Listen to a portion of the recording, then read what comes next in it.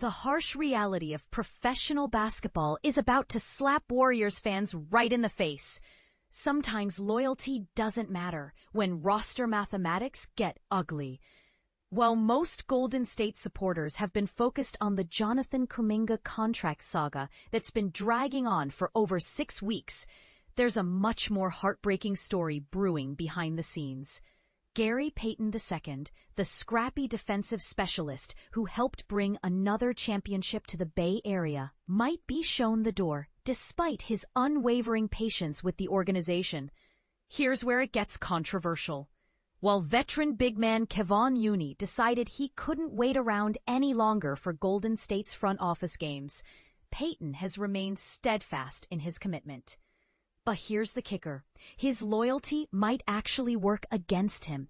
The dominoes are starting to fall in a way that could crush fan hearts. Payton finds himself stuck in basketball limbo alongside other notable names like Al Horford, DeAnthony Melton, and Seth Curry, all waiting for the Warriors to figure out their Kuminga mess before making their next moves. And this is the part most people miss. Once that situation finally resolves, Golden State will face a brutal numbers game. Let's break down the cold, hard math that's about to devastate Warriors Nation.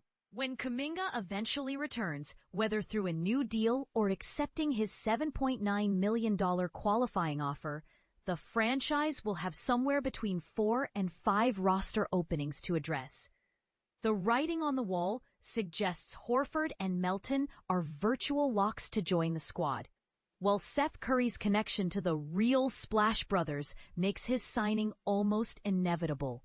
But here's where it gets controversial. ESPN's Anthony Slater recently floated the possibility that 56th overall draft pick Will Richard could snag one of those precious main roster spots.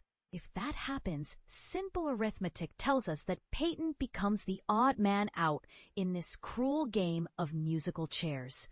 Now, some might argue that Golden State could technically keep everyone by using all 15 available roster spots.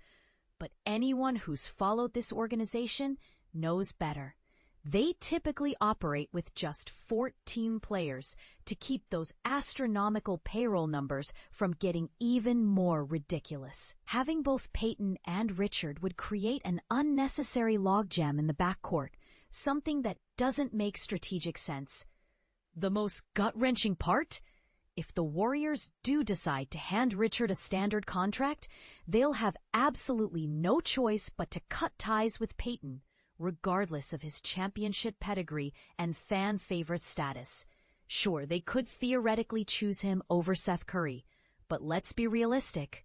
When you have a chance to add elite shooting alongside Stephen Curry's brother, that familial connection and roster need makes the decision obvious.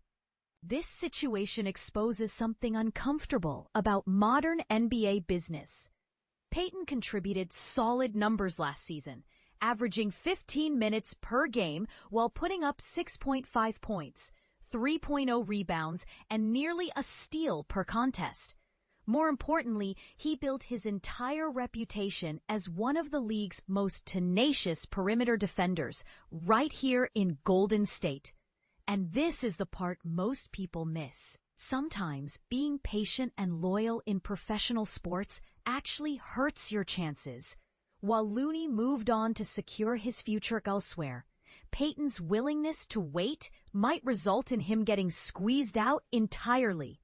The irony is almost too painful to bear. A player who epitomizes everything Warriors fans claim to love, grit, defense, championship experience, and team-first attitude, could quietly disappear from the roster, not because of performance issues, but because of roster mathematics and rookie development priorities. So here's the million-dollar question that's going to spark some serious debate. Should championship loyalty trump youth development?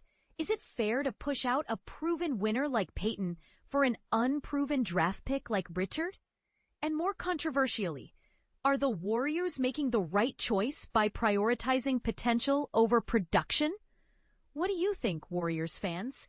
Should Payton's championship contributions and defensive prowess earn him job security? Or is this just the cold business reality of staying competitive?